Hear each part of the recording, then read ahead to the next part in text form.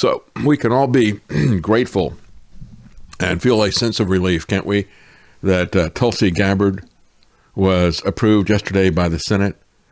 And the only thing that the media wants to talk about is how that evil guy, Mitch McConnell, was the only Republican to vote against her. Shame on him. And they don't want to talk about her World Economic Forum issue. They don't want to talk about actually what she does in the military. They don't want to talk about her connections with this Hindu government that is a radical terrorist government murdering Christians en masse. No, we should all just be so grateful that Tulsi Gabbard is now going to be Director of National Intelligence. Mr. President, first and foremost, I just want to say thank you from the bottom of my heart for the trust that you have placed in me to fulfill this critical position as Director of National Intelligence at any time, but specifically during this time. Unfortunately, the American people have very little trust in the intelligence community. Largely, I have no trust in you. The weaponization and politicization of an entity that is supposed to be purely focused on ensuring our national security. So I look forward to being able to help whatever that is, that mandate that the is that so that they survive and we die? Very clearly in this election, to refocus our intelligence community by empowering the great patriots who have chosen to serve our country in this way and focus on ensuring the safety, security, and freedom of the American people. As you've said, Mr. President, this is what I've dedicated my life to, and it is truly humbling to be in this position, to serve in your administration, help to rebuild that trust, and ultimately to keep the American people safe. Last thing I'll mention, that in your National Prayer Breakfast speech, you made a statement about your legacy of wanting to be remembered as a peacemaker.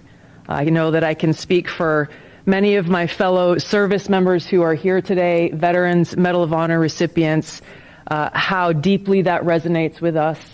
For those who volunteer to put their lives on the line when duty calls, but to have a President and Commander-in-Chief who recognizes the cost of that sacrifice and ensuring that war is the last resort, not the first. So thank you for your leadership on behalf of my friends here and all who wear the uniform.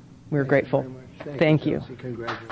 Well, spoken like a real World Economic Forum young leader there, which is what she is. And it was right after the prayer breakfast. At the prayer breakfast, did they talk anything about the people who are being burned alive in India by her friends and the radical Indian government and Modi, who's going to be there today? Isn't that interesting timing that they get her in there? Well, you know, her purpose is to restore trust in the intelligence agency. You will never restore my trust in the intelligence agency. Anybody that understands what these intelligence agencies are about should never trust them, but that's her job. That's her PR assignment. She's going to be the person who's going to restore trust. The person who, as a lieutenant colonel in the reserves, is a specialist in psyops. She is a psyop. She poses with pictures where she, does the triangle thing and puts that out on profiles and stuff. Very deliberate. A lot of people saying, well, look, Musk is standing there and he's talking and he's doing his hands like this and kind of making I don't know if that's deliberate or not, but I know that she did that deliberately. What is she trying to send to us as a message? This is somebody who was a Bernie Sanders supporter and strong Bernie Sanders supporter. And yet all conservative media can talk about is the fact that dastardly Mitch McConnell, and I agree. I mean, I think he's a scoundrel. He's absolutely a scoundrel. Most of these guys, instead of calling him a senator, we ought to call him sinister. Sinister McConnell. This is a guy who has betrayed his country over and over again. From whether it's the treaties like the Paris Climate Accord that he never called a vote for. But I mean, I could just go on and on about all the betrayals that Mitch McConnell has done to our country. But this is the one that really gets the conservative media going. By the way, you take an anagram of senator and what can you get out of it? Treason. Now, that certainly applies to Mitch. Gabbard, a Democrat turned Republican, supports President Trump. Well, there you go. also a Democrat turned Republican. Or maybe they're just both still Democrats. Maybe they're both still connected to the World Economic Forum. Her previous opposition to renewing a key government surveillance authority, these are the things that made it an uphill climb for her, according to CBS News, was her previous opposition to renewing a key government surveillance authority. Well, what was that? And why should the government be doing surveillance on us, right? But it's previous. She now is on board with that. That's Section 702. And so she made that clear that she was caving on that. Look, Tulsi Gabbard is somebody who said she was pro-life.